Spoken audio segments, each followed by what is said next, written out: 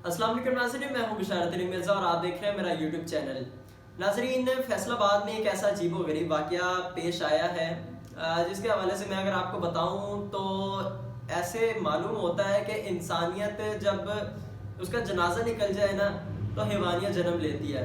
एक शख्स है शाहिद भट्ट नामी, उस शख्स ने कब्र कुशाई की, एक मसीह बरादरी की कब्र कुशाई की, उसके तकद्दुस को पामाल किया और अंगूठे लगवाए मैयत से। पेपर कुछ कागजात थे, जो मैयत थी उसके नाम जो है वो 5 मरला प्लॉट था। उस प्लॉट के इवज जो है उसने कब्र कुशाई की, उस बंदे को बाहर निकाला, उससे पेपर पे अंगूठे लगवाए और जो है दोबारा से उसको दफनाया। लेकिन उस बंदे की ज़हनियत चेक करें कि वो दोबारा कहीं कोई और ऐसा, जैसे कि वो शख्स था शाहिद भट्ट यानी कि एक शख्स था, कोई दूसरा शाहिद भट्ट जो है वो ये काम ना कर सके। तो उस चीज़ के लिए जो है उसने मैयत को दफनाया तो सही, लेकिन जो अंगूठे थे ना उसको ब्लेड से खरोचा, मतलब यानी कि फिंगरप्रिंट जो है ना उसके वो बिल्कुल ख़राब करके दोबारा दफनाया, ताकि ऐसा काम मैं ही करूं, कोई और ना कर सके। तो मामला कुछ यूँ होता है कि हमारी रिपोर्ट के मुताबिक बताया जाता है कि फैसलाबाद में मसीह बरादरी का एक कब्रिस्तान है। वहाँ पर सुबह के टाइम ये यानी कि चहल पहल जब लोगों की स्टार्ट होती है तो पता चलता है कि कब्र खुली हुई है और यानी कि उस मैयत को दफनाए हुए तकरीबन 3-4 दिन का जो है वो टाइम गुजरा होता है। तो उनको कॉल जाती है कि यार आपके घर में जो यानी कि आपके वालिद साहब की जो डेथ हुई है वो तो कब्र खुली हुई है, आप आए इस पे जायज़ा लें, क्या मामला है क्या नहीं है। वो जाते हैं, हमारे पास जो कि वीडियो भी मौसूल हुई है उनकी तरफ से और आपको वीडियो भी दिखाएंगे, साथ में स्क्रीन पर चल रही होगी। अब मामला कुछ यूँ है कि ये देखें जिस तरह से ये मतलब कब्र खोली और कफन का कुछ हिस्सा इसने बाहर निकाला और जिस तरह से ये कब्र की सारी मट्टी यानी कि ख़त्म की, उखाड़ी। और मज़े की बात यह है कि उस टाइम पे गोरकन कोई मौजूद नहीं था, क्योंकि ये रात का टाइम था, रात को ये पहली वारदात की गई थी। और मैयत को निकाला, मैयत को निकाल के अपना काम करके दोबारा जो है मैयत को दफन किया और मट्टी वगैरह जो है वो सारा कुछ वहीं पड़ा रहा। तो मौके पर ये असलम नामी शख्स हैं, उन्होंने थाना मदीना टाउन को कॉल की और उनको बताया कि ये मामला पेश आया है, आप आए इसके हवाले से जो है रिपोर्ट लें और क्या मामला है इसकी जांच पड़ताल करें। पुलिस मौके पर पहुंची, उन्होंने जो है इनका मौक़िफ़ लिया, उनका सारा ये सब कुछ जाना और उसके बाद पुलिस चली गई। अगले दिन मतलब इनका ये डिमांड थी कि हमें जो है ना ये बंदा पकड़वाएं, कौन है क्या है। तो ज़ाहिर सी बात है पुलिस से इन्वेस्टिगेशन कर रही होगी। अगले ही दिन ये शख्स दोबारा आता है और दोबारा से ही ये कब्र कुशाई करता है, वही उसका कब्र का जो है तकद्दुस पामाल करता है। अब मामला कुछ यूँ था कि ये जो पहले इस शख्स ने जो कब्र कुशाई की वो की थी रात के टाइम, वो मालूम नहीं हो सकी कि किस यानी कि तब ये शाहिद नामी शख्स उनको नहीं मिल सका लोगों को।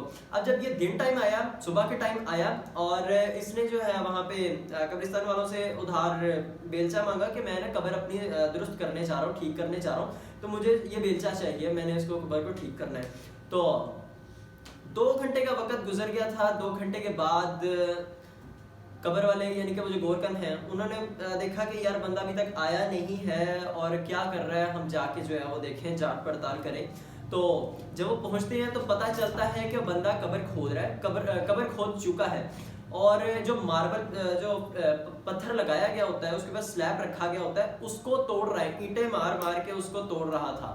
तो आवाम जाती है, चूँकि गोरकन के साथ 2-3 और लोग मौजूद हैं हमारी रिपोर्ट के मुताबिक, वो जाते हैं और उस शख्स से पूछते हैं कि ये क्या मामला है, ये क्या माजरा है, ये क्या कर रहे हो आप। इस शख्स का जवाब आता है कि मैं ये कब्र जो है मैं अपना भाई ढूंढ रहा हूँ।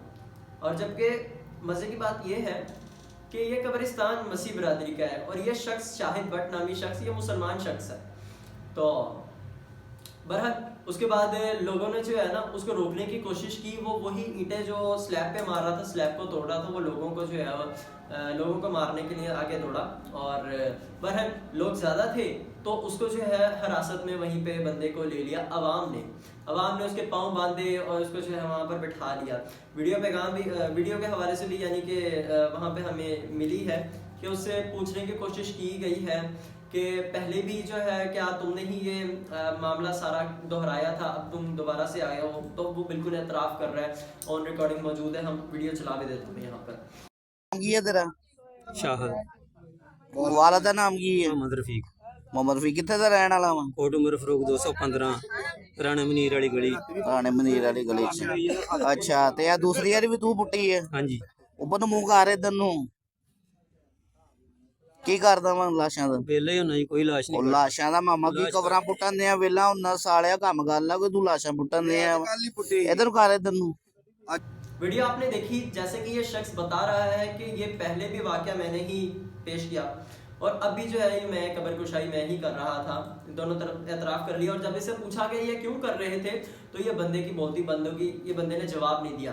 موقع پہ پولیس کو بلایا گیا اور پولیس کو سارا معاملہ بتایا گیا کہ یہی شخص ہے جس نے پہلے بھی یہ معاملہ کیا، جو کہ اعتراف کر چکا تھا، اور پولیس نے بھی جو ہے اپنی انویسٹیگیشن کے مطابق اس شخص سے منوا لیا کہ یہی شخص یہ کر رہا تھا۔ اب پولیس کی ایک غفلت دیکھیں، پولیس کا کام ہوتا ہے انویسٹیگیشن کرنا اور جانچ پڑتال کر کے اس کے حد تک پہنچنا کہ یہ واقعہ ہوا ہے تو کیوں ہوا ہے، اگر یہ ہوا ہے تو کیوں ہوا ہے، اگر یہ اول تو نہیں ہونا چاہیے تھا۔ تو بہرحال پولیس کے آگے سے رپلائی آتے ہیں، جنہوں نے یہ ایف آئی آر کروائی تھی اس شخص کے خلاف، رپورٹ درج کروائی تھی کہ ہماری پہلے دن قبر کشائی کی گئی، اس کے خلاف ان کو کہا جاتا ہے پولیس کی جانب سے کہ شکر کرو یہ شخص مل گیا ہے، اگر یہ نہ ملتا تو ہم نے آپ کو ٹھکانے لگا دینا تھا۔ یعنی کہ پنجاب پولیس کی ایک گنڈا گردی چیک کرے کہ انہوں نے بدماشی کی کرنی چاہیے اس شخص کے ساتھ جس نے خود ایف آئی آر کٹوائی، جس نے خود یہ سارا مدعا بیان کیا کہ یار ہمارے ورثہ کی، ہمارے والد کی یہ قبر کو جو ہے وہ تقدس کا پامال کیا گیا ہے اور آپ اس کے خلاف ایکٹ لیں۔ تو ایکٹ کا بھی میں بتا دیتا ہوں، سیکشن 297 ہے کوئی، میں وکیل نہیں ہوں اس حوالے سے، اس پہ میں مزید بتا نہیں سکتے، یہ کس حوالے سے آپ ریسرچ کیجئے گا، کسی وکیل سے، کنسرننگ پرسن سے آپ پتہ کر سکتے ہیں۔ تو یہ سیکشن جو ہے اس پہ لاگو کیا گیا ہے، ایف آئی آر کاٹ دی گئی، اسکرین پر آپ ایف آئی آر دیکھ بھی سکتے ہیں۔ تو اس کے بعد یہ ایف آئی آر کاٹنے کے بعد مطلب پولیس کا یہی رویہ تھا کہ جی شکر کریں آپ کو یہ شخص آپ نے ہمیں پکڑا دیا ورنہ ہم نے آپ کو پکڑ لینا تھا۔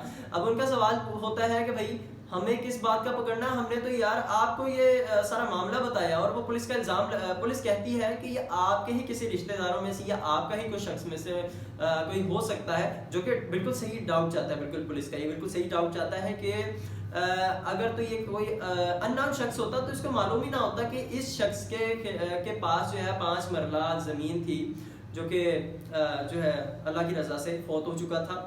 تو بالکل صحیح تھا، ٹھیک ہے، پولیس یہاں تک ٹھیک تھی، لیکن اس کے بعد جو ہے پولیس کی گنڈا گردی وہ علیحدہ ہے کہ جس طرح سے وہ ایف آئی آر کٹوانے والوں کے خلاف جو ہے معاملات جس طرح سے بھی کرتی ہے۔